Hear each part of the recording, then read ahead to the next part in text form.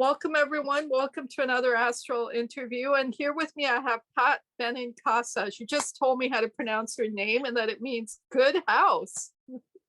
Exciting. Okay, so I recently learned about Pat, and I recently did a little bit of research to learn about what she's all about and what her life's work is all about. And so let's just start quickly by asking Pat a little bit to tell us a little bit about her life. Just from the very beginning, even your childhood, what was life like for Pat? Well, first of all, thank you for having me on today. And anytime I can be in a situation talking about art and the creative process, oh my gosh, I'm all over it. So thank you. And a little bit about myself. I came into this world knowing that I was an artist. I've wanted to be an artist. I can't even remember when it wasn't like, oh, I think I'm going to be an artist. I just knew. I knew. Right, And I never saw it as a career. It was a calling, a right, vocation. So immediately, it was just a part of my being and my way of being in the world. right. And I'm a first generation American. My parents were born in Italy, and half my family spoke broken English. And so I grew up in this country, but I've always when you're a daughter of immigrants, you are that culture. That culture is with you. And so I'd go with my relatives growing up, and they'd be talking half in Italian, half in English.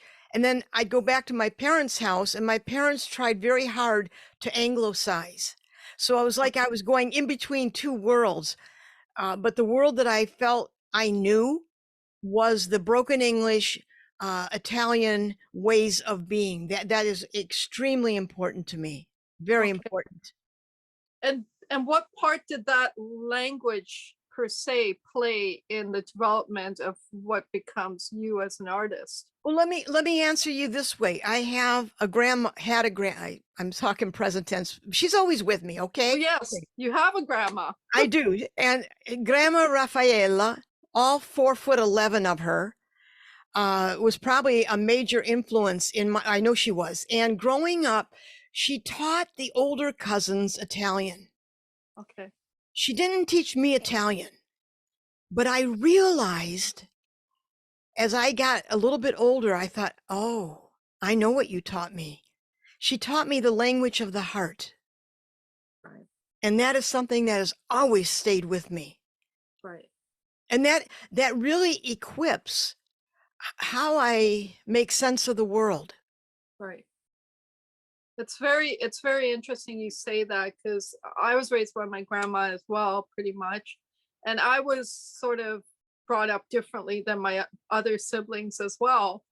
And yeah, with me it was more of a spiritual relationship with my grandmother versus their, whether she would bring us all gifts, but with me Oh, it was like sit here and meditate with me. And so often I think that our grandparents maybe have some kind of knowing or inkling of who it is that they're going to groom for whatever it is that's spiritual to come. And I think art you're is a right. very spiritual thing. It's not just a connection by birth. It is Right, not, it's not that. There is a way, and you're describing it, a connection of just a profound connection of being in proximity with this other person. It's right, almost like our souls graft onto each other. right, right. And like as a little kid, I don't know what the hell that means, but all I Yeah, know is that I know her. And yeah, when I mean, there was a knowing, let's put it that way.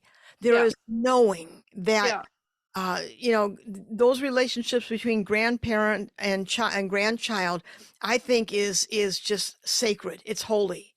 right. Absolutely.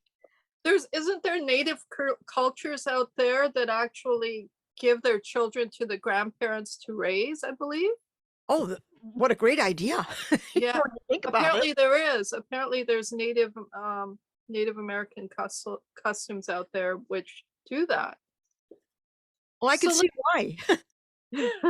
so let's talk about the art now. When does what you Well, first of all, define art as you define it, because there's many definitions Wow. of art.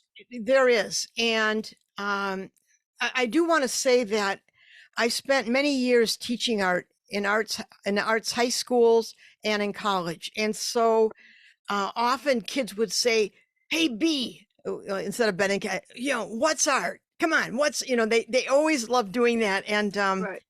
that's one piece of it. But the other piece, as you're a working artist, it's a very intimate question. It is, yeah. It's almost like when you, if you fall in love with somebody and someone says, "Well, what is love?" Whoa. Okay. So I think in one way I can answer you. Uh, it was when I read something that Martin Heidegger said, that he said, "What is a thing?" And you know what a thing is by the way it gathers the world unto itself. I Wow. read that, it knocked the frickin' wind right out of me. And Wow. then I thought, "Oh my God, I get it." It's art is a point of proximity that dissolves the distinction Right. between our here and there as it pulls us towards itself and each other, Right. like that object that Heidegger was talking about. Right. Right. But Right. it has to be connection, though. It's not just going to something saying, "Oh, I think that's a very nice painting." Who cares, Right. I'm not talking about that. But when you see something, maybe from another culture or another time period, and you look at it and you gasp because there's such an intimate way that it connects to your soul, that to me is Absolutely. art.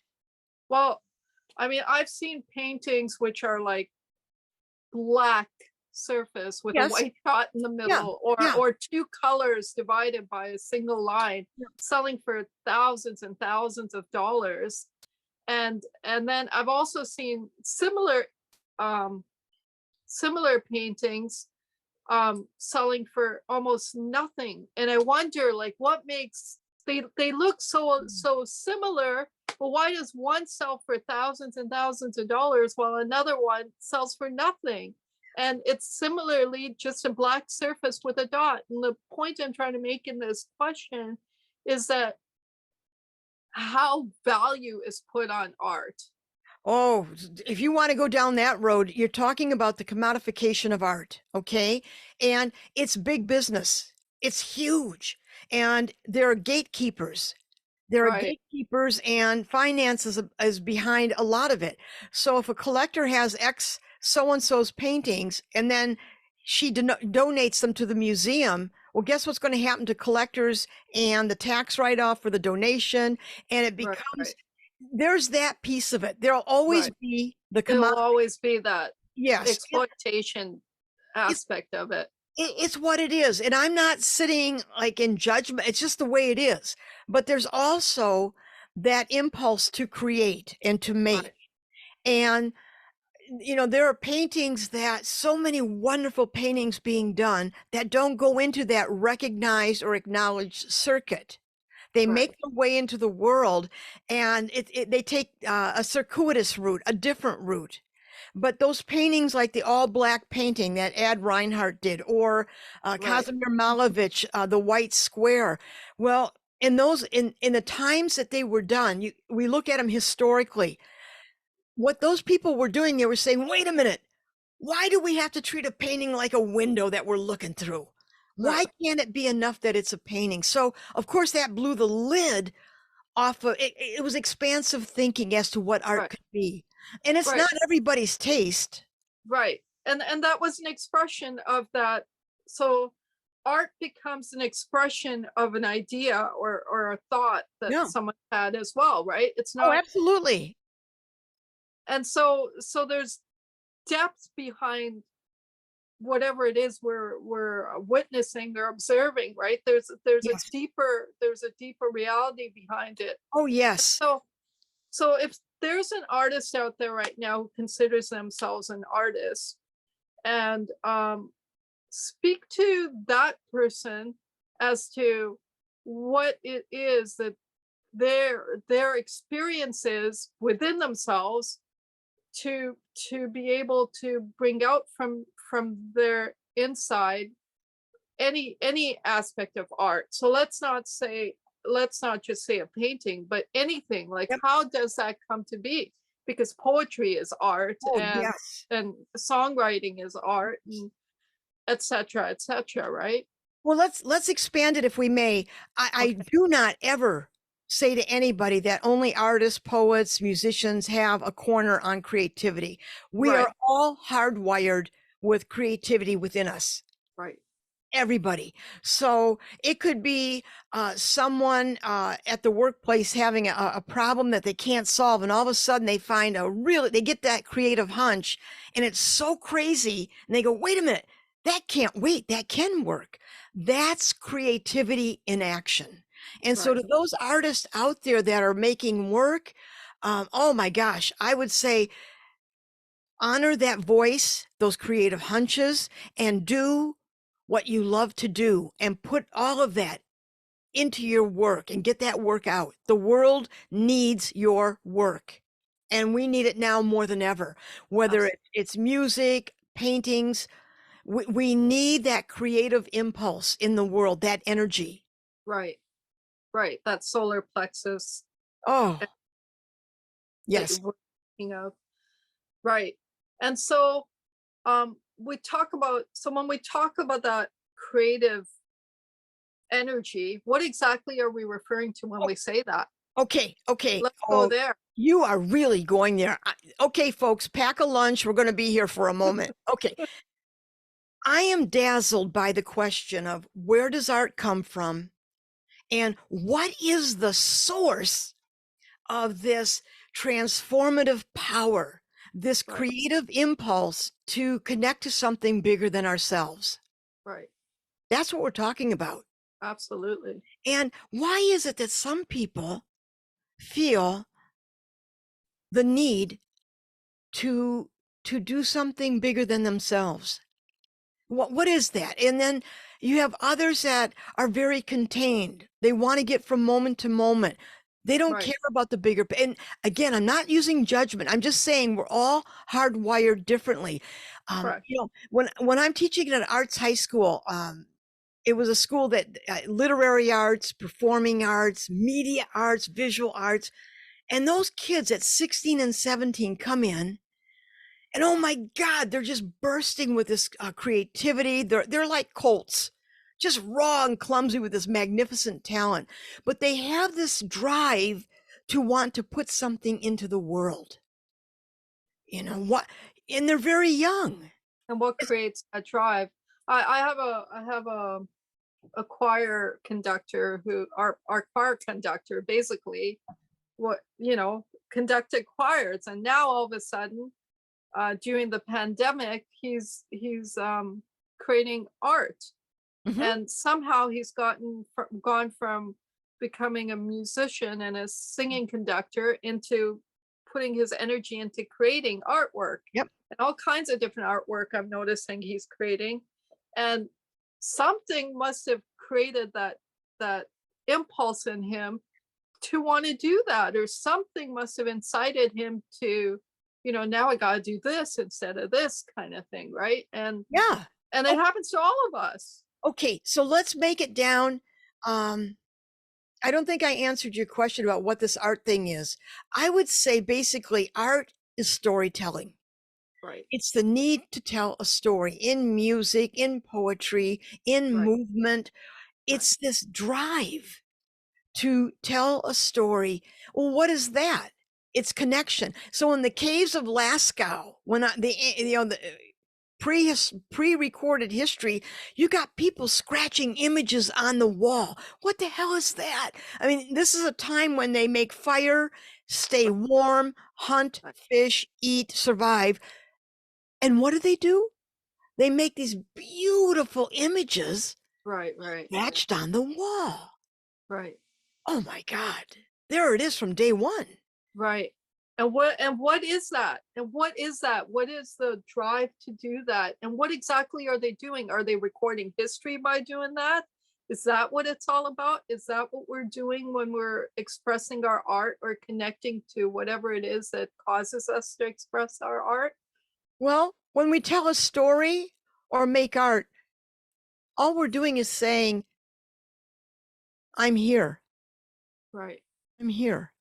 I guess in a sense, it's a form of expressing your communication with you. Yeah, but you can make art and never show it to anybody. You know, True. I've had kids say to me, once in a while I'll get a student say, well, I'm making art only for me and I'm not going to show it to anybody. Okay. And me as an artist, my philosophy, which is very different because I've been making art for 50 years, a painting, a painting is like a bridge. A bridge isn't a bridge until the first person walks across it. Right. So for me, I love the idea that if I make something, it becomes even more dimensional when it's viewed by somebody else. When another human being looks at it, and if it touches them, oh my God, doesn't get better than that. So this need to say that this is who I am, this is my creative expression, but you're digging into those like universal things that touch all of us. That's what art is about. It seems to tap into something like a universal condition. Now, when I go in my studio, I don't say I'm going to tap into the universal nobody talks like that. You just go at it like crazy and Right. you're building and making and then all of a sudden you know when you're done with it and you look at it and you go, "Whoa, what the hell just happened here?" Yeah. So there are things that it touches on that are primal, Right. human, primal, of the heart, of the spirit. Yeah, absolutely. And would you say then that when, let's say, a painter takes a paintbrush to a paper, would you say then something is guiding that hand? You know, that's a hard question because uh, it it sounds like it's being channeled and that the hand Right. is operating from the channel.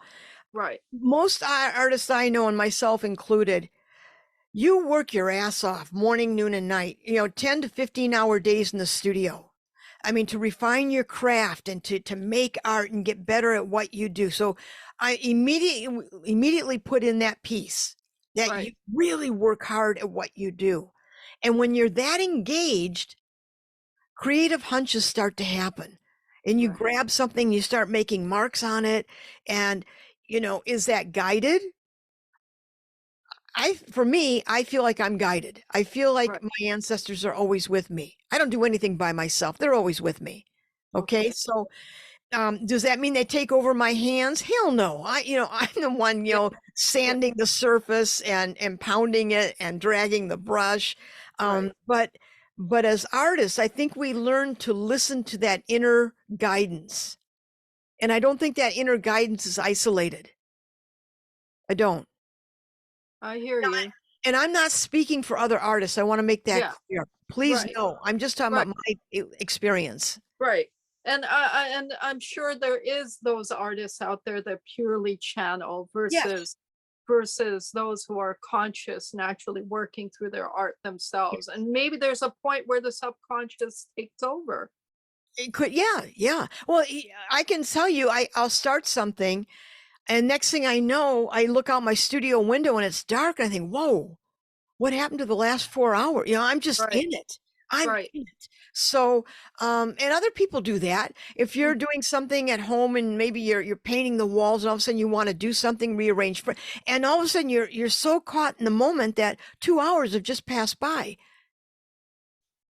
So I think that's part of the creative process to lose ourselves in the moment into what we're doing.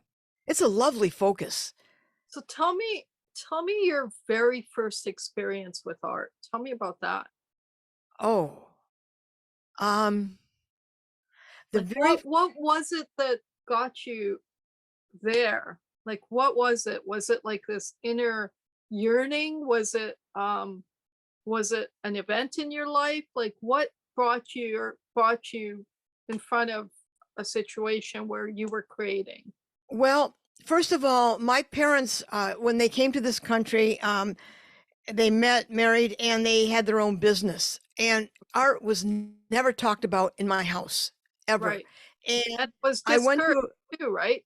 in most families, are being an artist is discouraged versus becoming a doctor or lawyer or whatever else, right? In this culture, yeah, it's not valued, but my parents didn't even do that. It just wasn't on their radar, you know. Right. And then I went to parochial school, and their idea of an art class was handing out Xerox copies of saints that you had to color. And as I didn't know, but I do remember very, very when I was very, very little, my parents used to get Reader Digest hardcover books.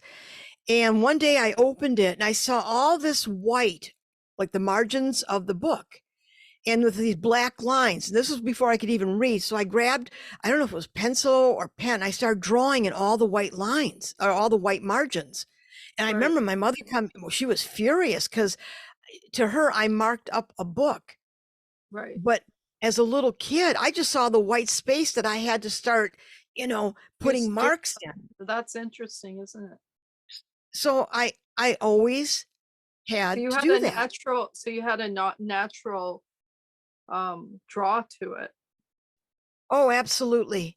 It just, yeah, yeah, it was like so natural. Right. Wow. And so you started with drawing, it sounds like, Yeah, yeah, right? I did. And I guess from there you decided to actually formally study art and to develop Well, what it was. I did. In high school, I remember I made a little studio in my basement. So I had paints, I had all sorts of stuff. I mean, I just did it. Um, and when I went to parochial school and they put me in the slow classes. They put me in the classes that of dead end kids. Right. Okay.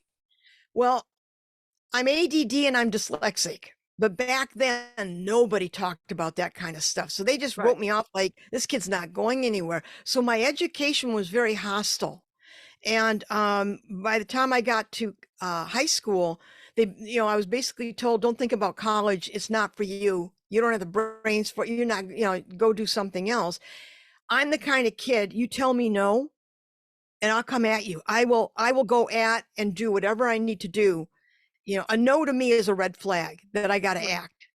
Right. And so I did get myself into a college.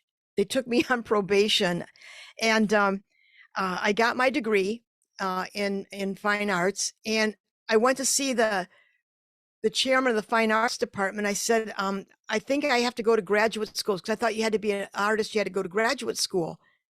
And the guy looked at me and he scratched his beard and he said, have you thought about selling shoes?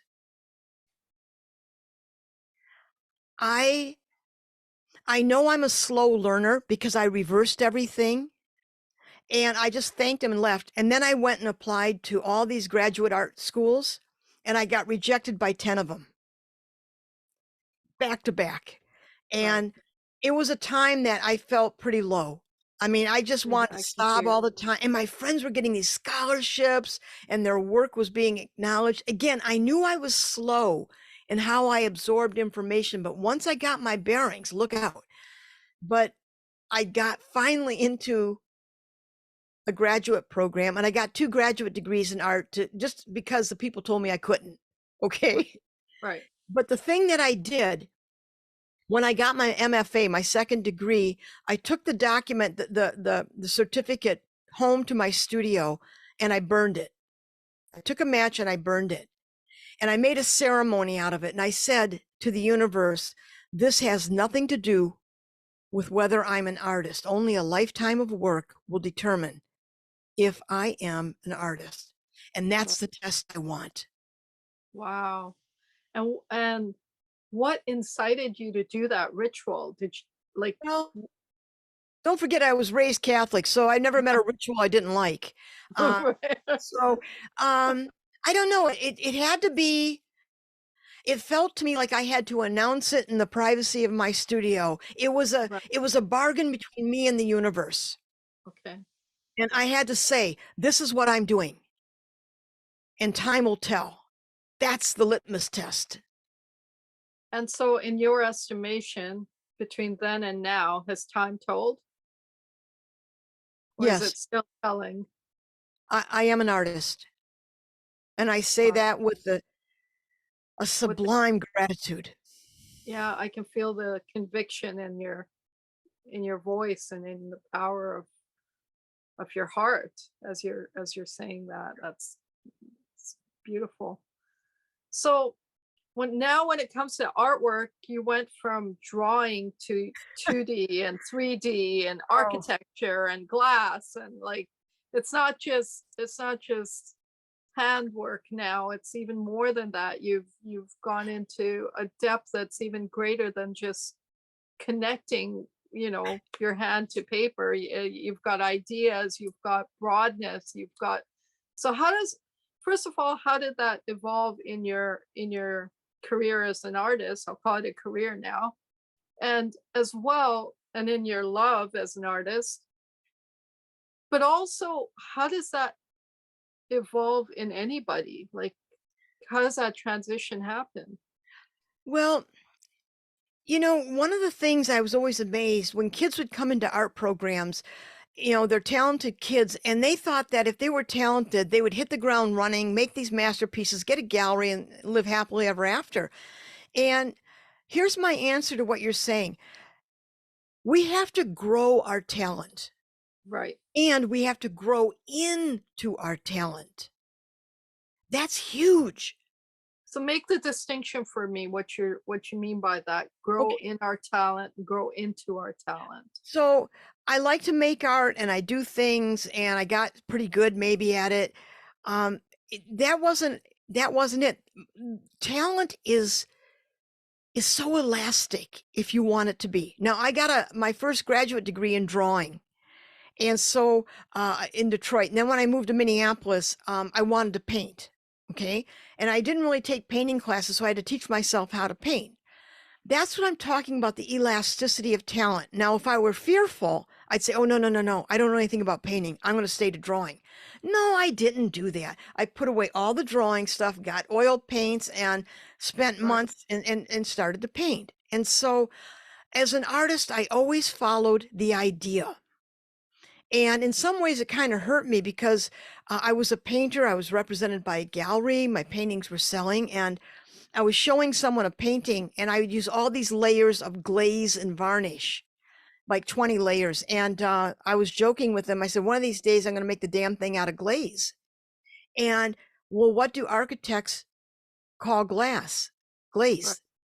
Right. And oh my, I put away all the painting stuff. I called a glass company and had them deliver 2 8-foot by 3-foot half-inch panels of glass.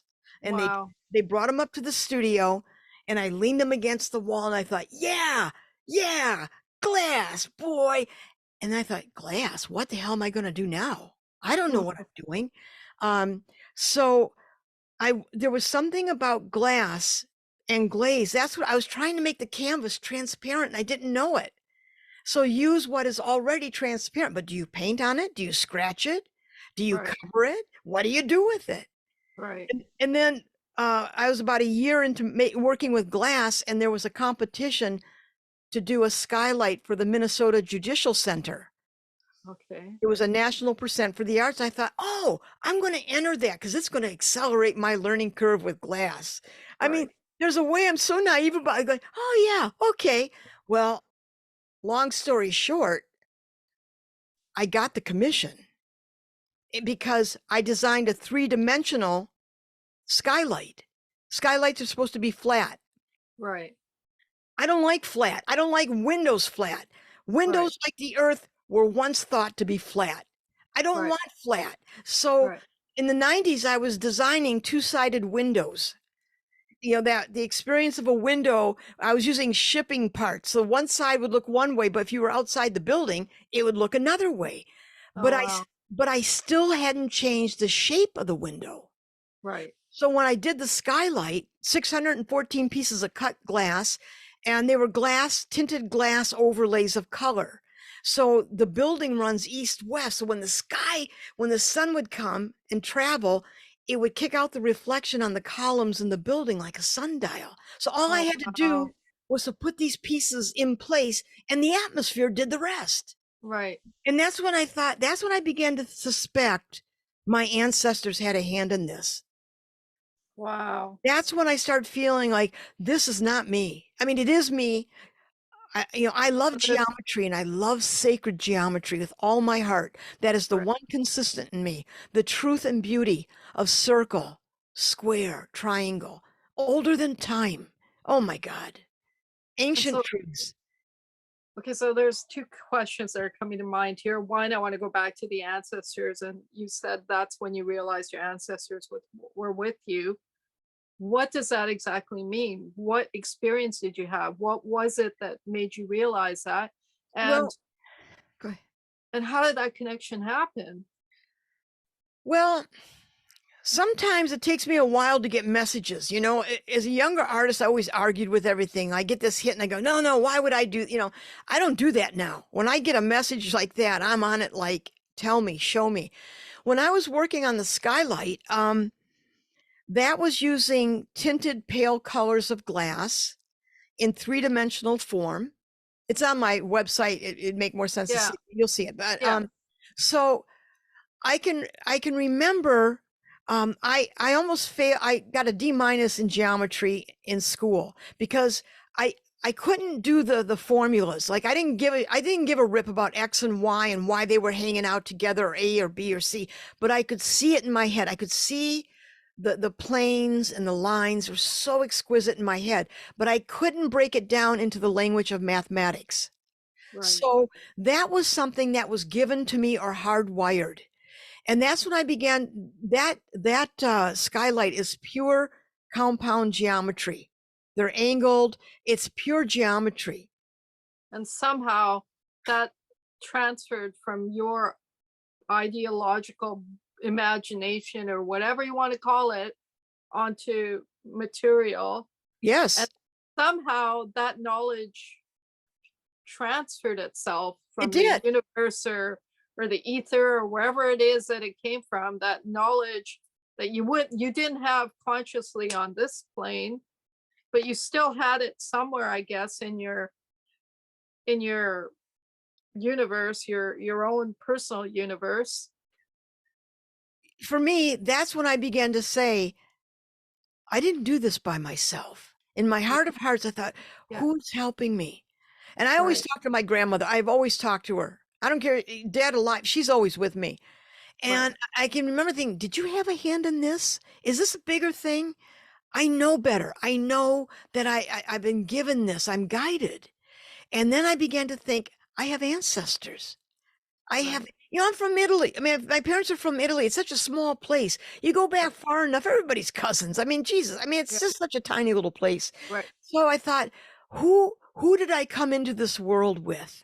And I call them my beloved ancestors because there's some ancestors I don't want near me, okay? right, But I call them my beloved, those that came in with me and have been guiding me and who are with me and love right, me. right. So that's when I felt that presence. I love that word, beloved. They are. Yeah, absolutely. Absolutely. And so you now know that you have some form of assistance. Yep. And how does your art evolve from this point on after this knowingness enters you? I just think they've always been with me. And the evolution of my art, again, was based on follow the idea, follow Right, the idea. And so what that meant, like going from oil painting to glass, when you follow the idea, you got to start at ground zero and be a beginner. All right, through my career, I've done that. And when I started working in glass, I was told, don't do that because in the art world, that's going to look like craft. And then I right. thought, again, you start telling me, no, don't do that. What am I going to do? Well, I mean, I'll really, do so it. I'm just going to go right towards it like a moth to the, tell me what I can't do, you know, Right, and I'll come at it. And so, um, I did do that. And again, I had a chance of designing a three-dimensional chapel window. wow. It had both those things had never been done before. And so with the chapel window, the windows actually come out away from the building. And I built a 10-foot glass cross on limestone boulders with on the top glass overlays of pale blues and purples. And because it was a Catholic chapel, I used the Gospel of Matthew. He talks about dark clouds forming. So I built Right. them out of glass. But here's the thing, that window faces west.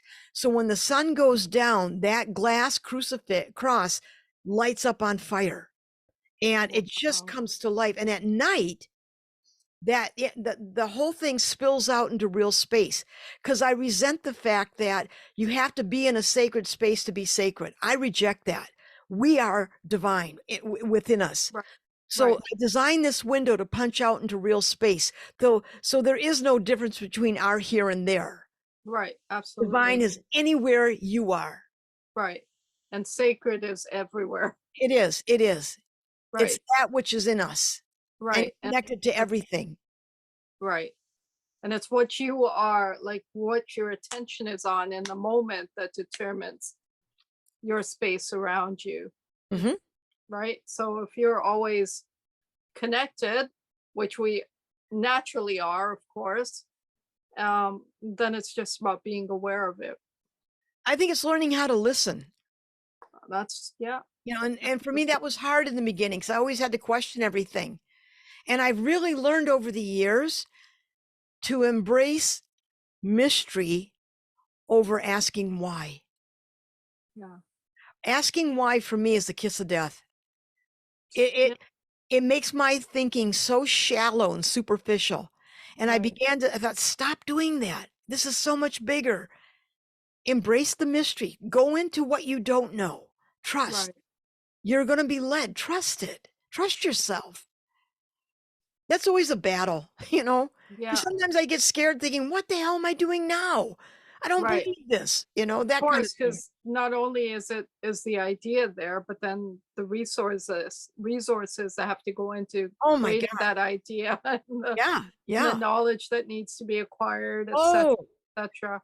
structural engineers, the welders. I had to build a 7-foot model replica of the judicial center and build a 3-foot glass model to put into it and photograph it. And then working with engineers for wind shear when the window comes out in real space. How thick should the welds be?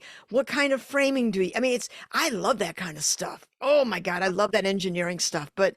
Uh, but yeah, it's like your learning curve just goes right off the charts. And there's Right. so many intelligent people. There's so many creative people involved in a project like that. The welder's magnificent. The structural engineer, the glass cut. Oh my God, I could go on and on. Okay.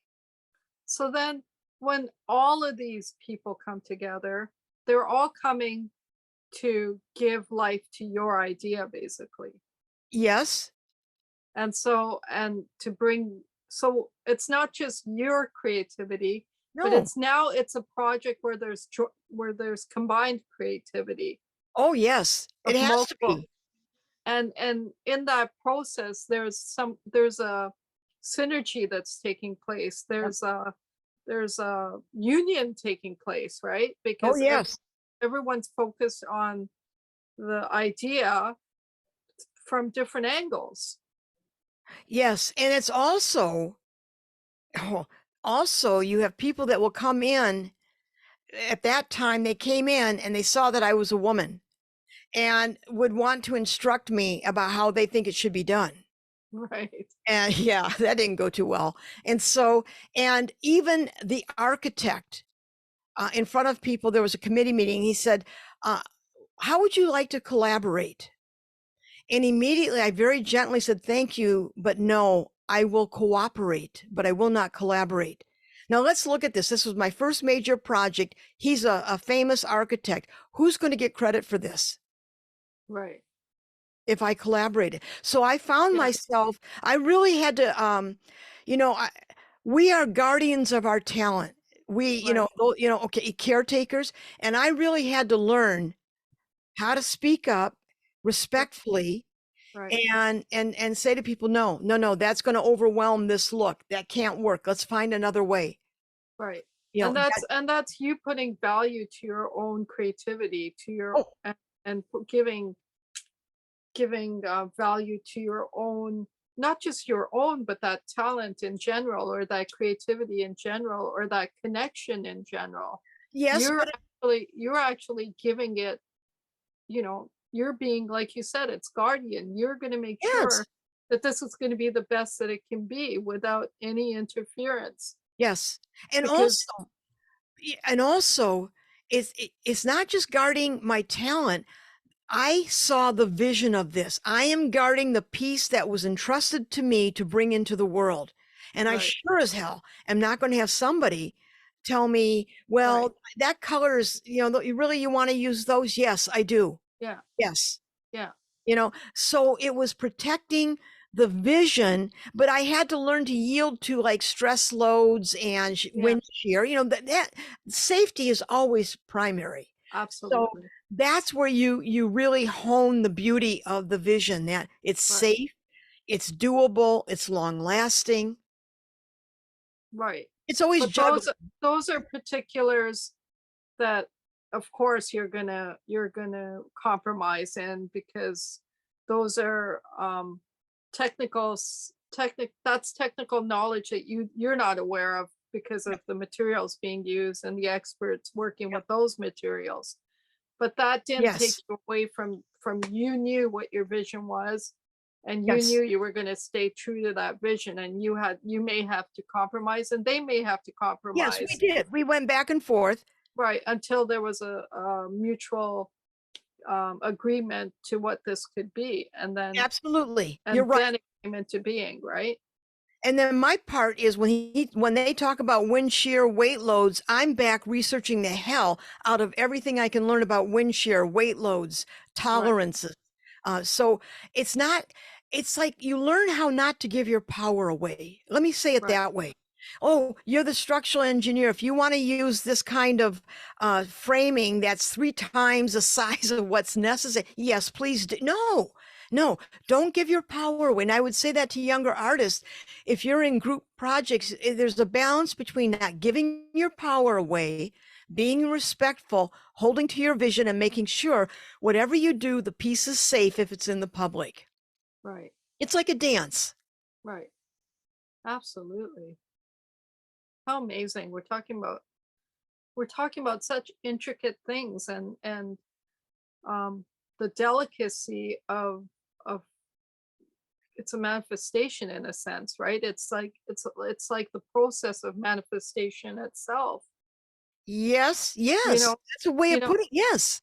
right? It's I mean, we talk about manifestation and the law of manifestation and people wanting to manifest, but here what I'm hearing from you, this is the process, actually. Yeah. How, the idea forms, the vision has to be established.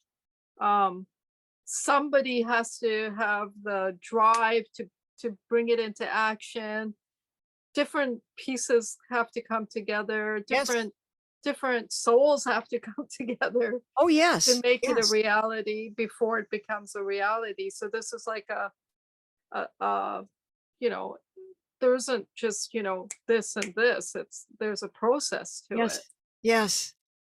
It's a wonderful process. I love that. Right. Not at the time, I'm swearing a lot privately, but I mean, Right. with hindsight, I can say yes, everything you've described, manifesting a vision, uh, learning to own the vision in order to let go of it Right. is very crucial. And you have to be dedicated in order for that to happen. You have to have compassion in order for that to happen. So there's so many things that I see coming together here Hmm. that you have to have as qualities as an artist in order to manifest this vision that you've had, this reality that's in your, bringing something that's in your mind's eye to the physical reality. I hadn't thought about it like that. But you've put it very poetically. Yeah.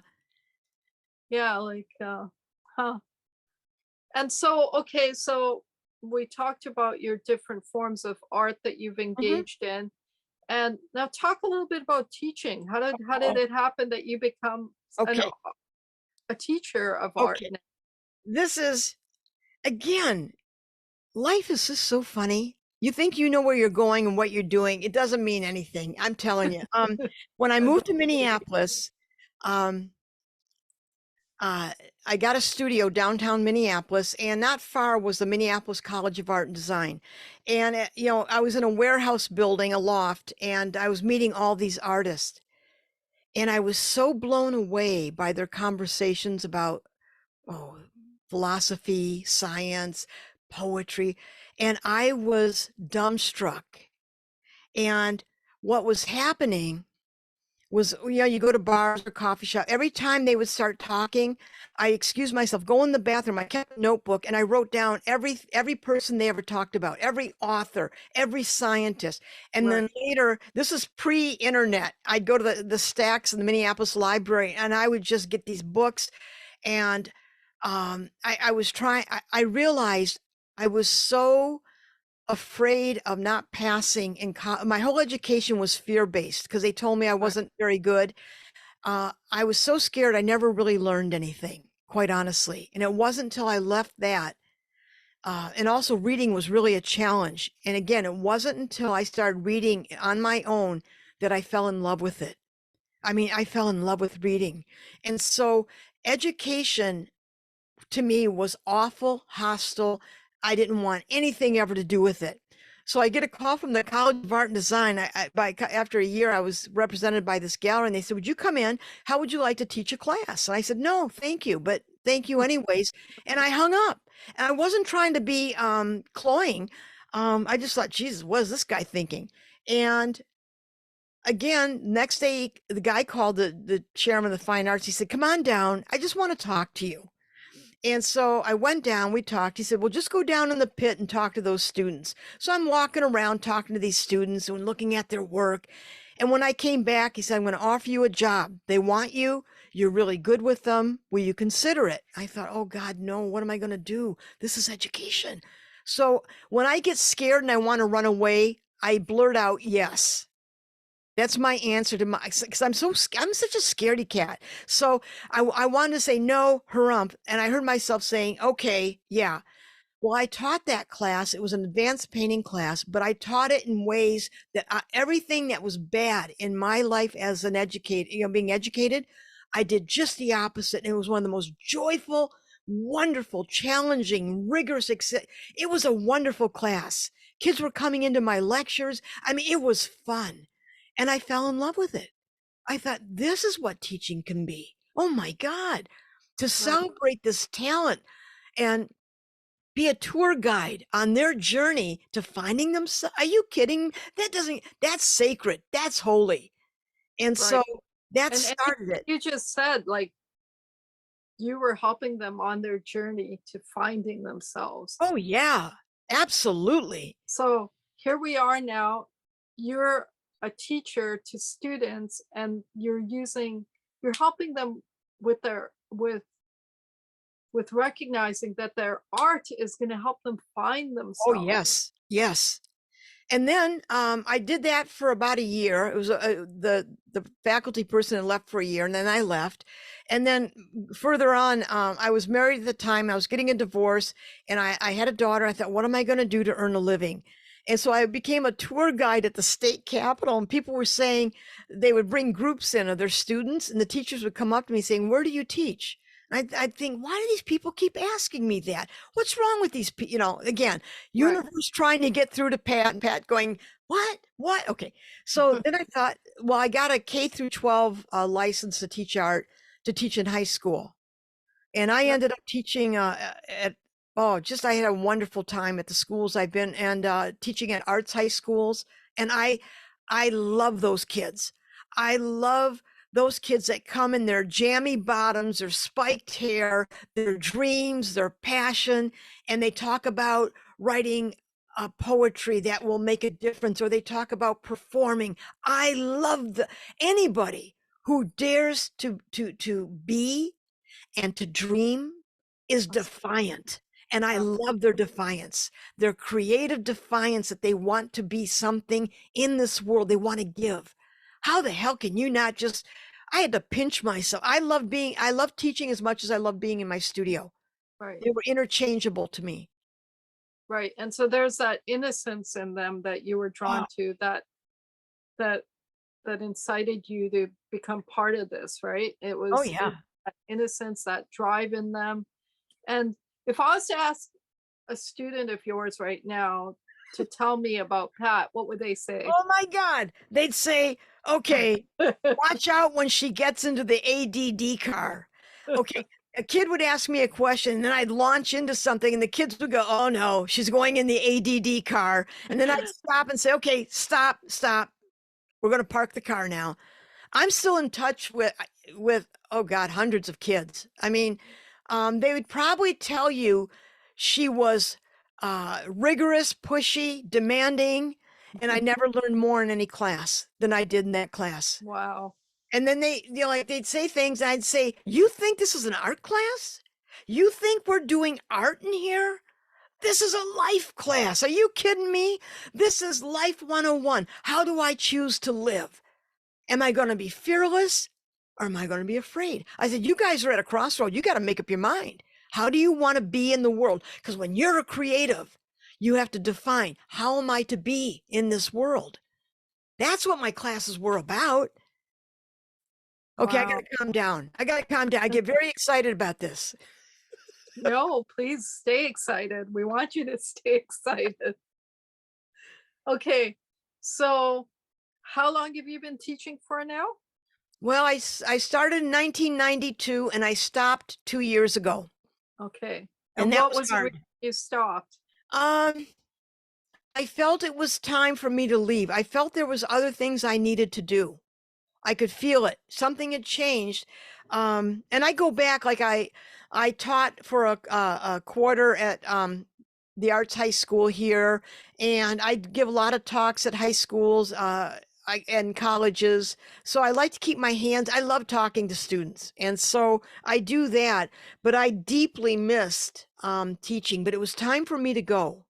Okay. It was And time. I so felt it. you feel by leaving you'll be able to contribute in other ways Oh to God, yes, I the have. world of art. Oh yeah, I'm doing I have a podcast. It's a different form of teaching. Yes, absolutely. So um I kind of fell into that. Someone said you ought to do podcasting. I said, what the hell do I know about podcasting? That's my But you know about art. It doesn't matter if you know about podcasting. well, I think being a teacher kind of helps me a little bit. Right. Because I often would ask students to tell me their story. I really got to know those kids. um that's so important in podcasts. Like, you're asking me my story. You're a storyteller. You share that. You bring these stories into the world. Boy, it doesn't get better than that. Yeah, absolutely. Absolutely. And as a co-podcaster, I know the value of what I call like simple heart-to-heart communication with someone on so many different topics. Like mine's Yep. metaphysics mostly. Um, so let's go there just for a second. Let's talk about art and consciousness because I know you talk about that a little bit. I Uh, do. and so share with me your thoughts on that. Well, the We've idea talked about it here and there briefly. we did. I want to compare the consciousness of art to the way in the Western world we think about time. In the Western world, time is looked at linearly. Okay. Right, And everything is logical, linear, and there's a valuation on everything. When you look at it, that's kind of a narrow track, right? right, So right. you have this time track. Time is linear, time is logical. Yet, as human beings, we have memories, Right. reverie, recollection, we daydream, We we know time, time isn't linear in it's time actuality. travel. Yes, we time travel all the time. Right. But in this culture, like, well, now you're getting a little bit of woo woo. No, I'm not. Human beings time travel. When you recollect something, you are traveling to a moment in time. When Yeah. you fantasize about doing something, you're projecting ahead. So the way time is laid out is much like consciousness. I Right. think I think that being our consciousness is multi-leveled. Okay. And I also think that there's this cosmos of ideas floating around in the zeitgeist. And the ideas are kind of buzzing around, and then they find someone who might be receptive. You get this idea, and either you walk away from it because you're scared or whatever, or no, or you go, whoa, what is that? Wow. So this consciousness is very, very nuanced, it's mysterious, and it's based on a tolerance for contradiction, I think. Okay. Learning to hold divergent thoughts. Well, what does this culture hate the most in Western culture? Contradiction. Well, you said that. It has to be that. It doesn't allow for growth, evolution, change. Well, what is consciousness? Consciousness is us going in and out of our head, into the world, into time travel, and into a process to make or express. Can we really make that linear? I don't think so. That's what I'm talking about, this magnificent, elastic universe that we carry around within us. So when someone is engaged in artwork, let's just go to the consciousness aspect of things. Would you say their thought processes cease when they're engaged in art? Or do they engage with their thought processes, and is that translated into the art?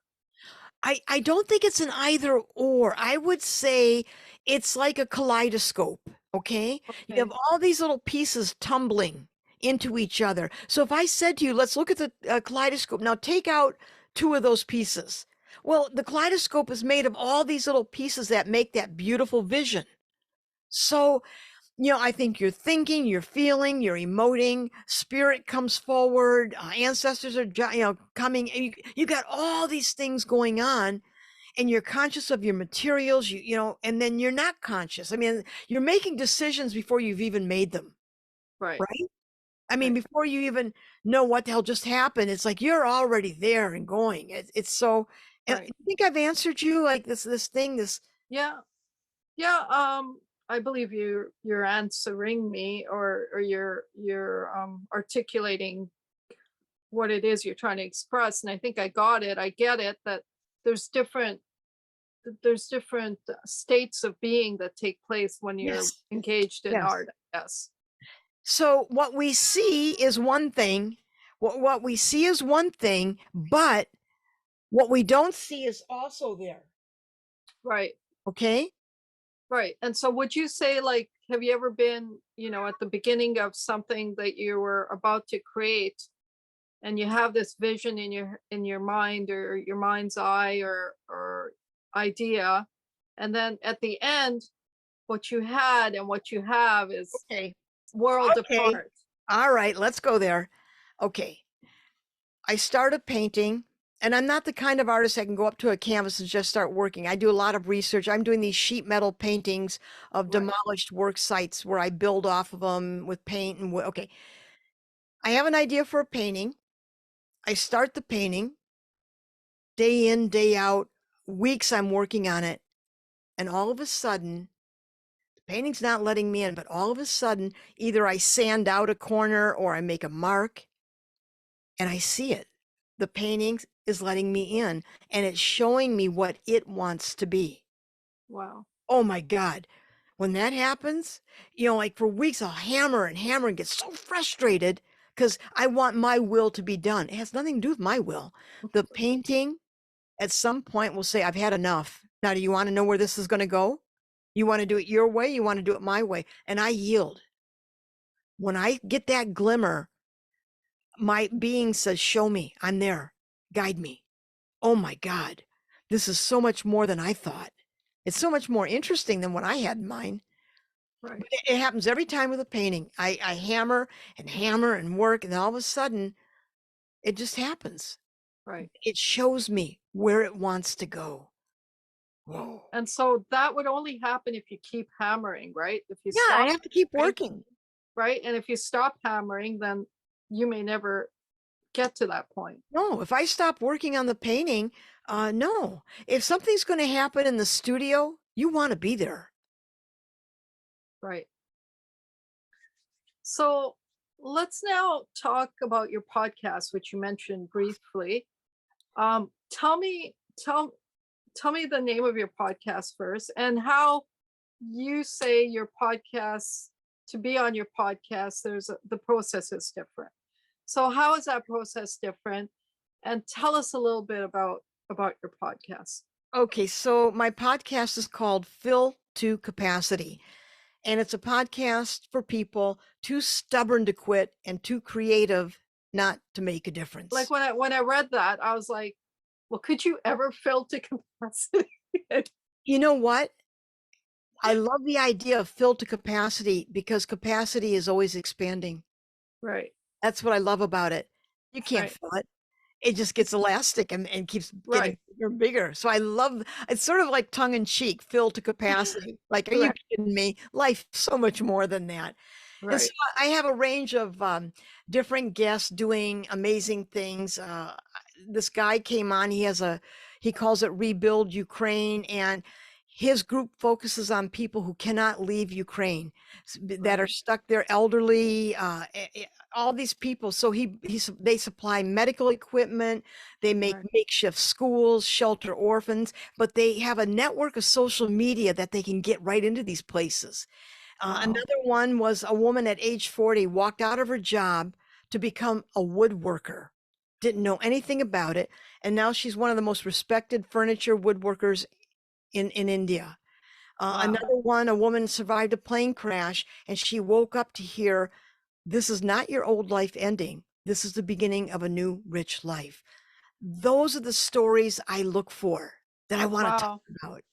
I That love that reminds kind of me stuff. that, yeah, like it's interesting because I've interviewed a lady who was in a plane crash as well, who was a doctor to begin with, and then next thing you know, she's a medical doctor, but after the plane crash experience, she's now a psychic. So Hmm? um, it's so fascinating how our life experiences change our Yes. path, you know? Yes. Yeah.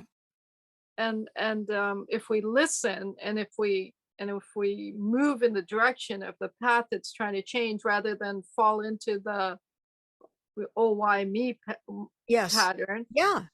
then magic can happen. Yeah. Yeah. Right. She embraced the mystery of what had happened to her. Absolutely. Yeah. Absolutely. Wow, it was really, really um fascinating talking to you, and really excited to see where you go from here. I mean, there's so much ahead of you now. I've sort of exhausted my questions. So now I'd like to ask you if there's anything you want to share with the audience that maybe I haven't asked or wouldn't know to ask even. Well, let me share with you, I think something that encapsulates um, this discussion. Uh, I'm really a fan of medieval literature. Dante. I've been reading Oh, Dante wow. for the last 20 years. I just can never get enough. In the Middle Ages, these Gothic cathedrals would have an inscription above the main doors. And what those inscriptions were doing, they were telling the visitor or warning the visitor the best way to enter the cathedral. And so on Dante's Inferno, he has all hope abandon ye who enter here. Who Okay. entered here? And I love the idea of thresholds. Okay. So above my studio door, I have a 3 foot by 3 foot wood plank sign. And those words are, but be nobody's darling, be an outcast, qualified to live among your dead. Wow.